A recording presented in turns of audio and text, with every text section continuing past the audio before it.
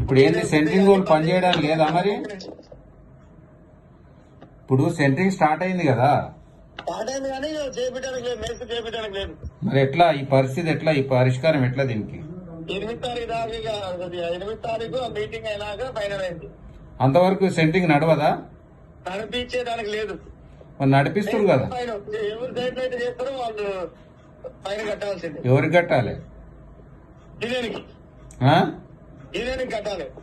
ఓహో, మరి ఎట్లా ఇట్లా? మేస్త్రికి ఇప్పుడు సెంట్రింగ్ వాళ్ళతో మాకు సంబంధం లేదు, ఎవరి వాళ్ళు చెప్పుకోవాలి అంతే.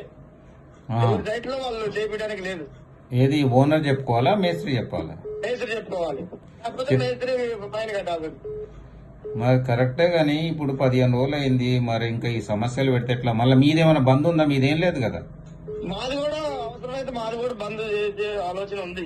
మా సజెషన్ ఏంటంటే, జర మార్కెట్ పరిస్థితులు బాగాలేవు, జర ఒకరికొకరు మాట్లాడుకొని చేసుకొని మేస్త్రి గాని వాళ్ళు గాని చేసుకుంటే బాగుంటది. ఎందుకంటే ఇప్పుడు వాళ్ళు కాదు, ఇప్పుడు మేస్త్రులు అంటావు సెంట్రింగ్ బచావు అన్నారు, మేస్త్రి అంటావు అంటే సెంట్రింగ్ బచావు అంటే మేస్త్రులు అంతా ఇదా? ఇప్పుడు ఎవరిని వచ్చినోడు నువ్వు. అవును కరెక్టే, ఒక్క ఇది చైన్ సిస్టమ్ అబ్బా. ఇప్పుడు కార్మికులందరూ ఒకటే, కార్మికులు ఒకటే, కంపెనీలు ఒకటి. ఇప్పుడు సిమెంట్ కంపెనీ ఉంటే మేము ఉంటాము, మీరుంటే మీరుంటారు, మీరుంటే సెంట్రింగ్ మేస్త్రి ఉంటారు.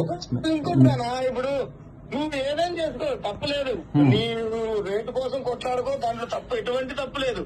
కానీ మేస్త్రి అటావు, సెంట్రింగ్ బచావు, కలారులు, మేస్త్రులు. అవును, అది ఎప్పుడైనా మన లిమిట్ వరకు మనం మాట్లాడాలి. ఎప్పుడైనా కూడా మన లిమిట్ దాటి మాట్లాడితే అది పద్ధతి కాదు, తప్పది.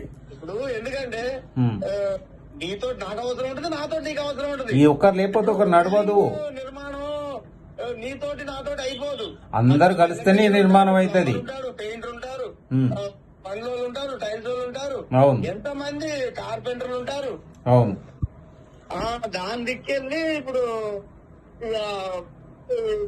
అనేది దీన్ని వాళ్ళు చూడండి. ఇప్పుడు మేము మా యూనియన్ నుంచి మేము రిక్వెస్ట్ చేసి మేము చెప్పేది ఏంటంటే, ఏ రకంగా డిమాండ్ అనుకోండి ఏదనుకోండి, మేము చెప్పేది ఏంటంటే జర మీరు కూర్చొని మాట్లాడుకొని సరిదిద్దుకొని సరి చేసుకోండి. ఎందుకంటే దీనివల్ల ఏంటంటే మార్కెట్ ఇప్పటికే ఘోరమైన పరిస్థితి, చాలా మంది లాస్ అయిపోతారు. ట్రేడింగ్ వాళ్ళు, కంపెనీ వాళ్ళు, సిమెంట్ కంపెనీ వాళ్ళు.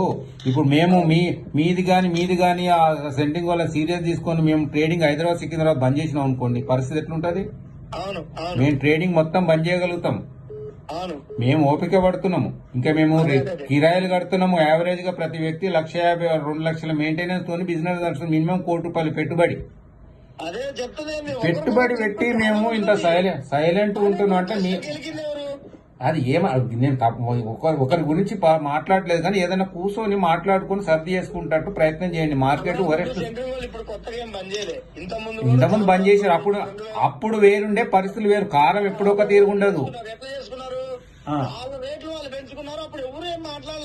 ఇప్పుడు మాట్లాడే పరిస్థితి వస్తుంది. ఇది ఏమైందంటే రాజకీయంగా వెళ్ళిపోయింది. ఓకే, ఇప్పుడు సోషల్ మీడియా యోగం అంతా సరే, ఎవరెవరిది సొంతంగా పెంచుకున్నారా తగ్గించుకున్నారా అది వేరే విషయం, కానీ వేరే వాళ్ళని గురించి మాట్లాడే అర్హత ఎవరికి మాకు మీ గురించి కానీ మా గురించి మాట్లాడే పద్ధతి కాదు.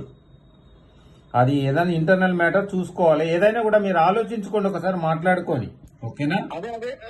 అదే దాని గురించే మేము ఆలోచించేది. మళ్ళా మేమెట్లా అంటే మీ ఇద్దరి మధ్యలో మేము మా యూనియన్ దిగిందనుకోండి, మేము మళ్ళా ఇంకో రకంగా అవుతుంది. మేము ఎందుకంటే మళ్ళీ మేము స్ట్రాంగ్ గా దిగుతాము.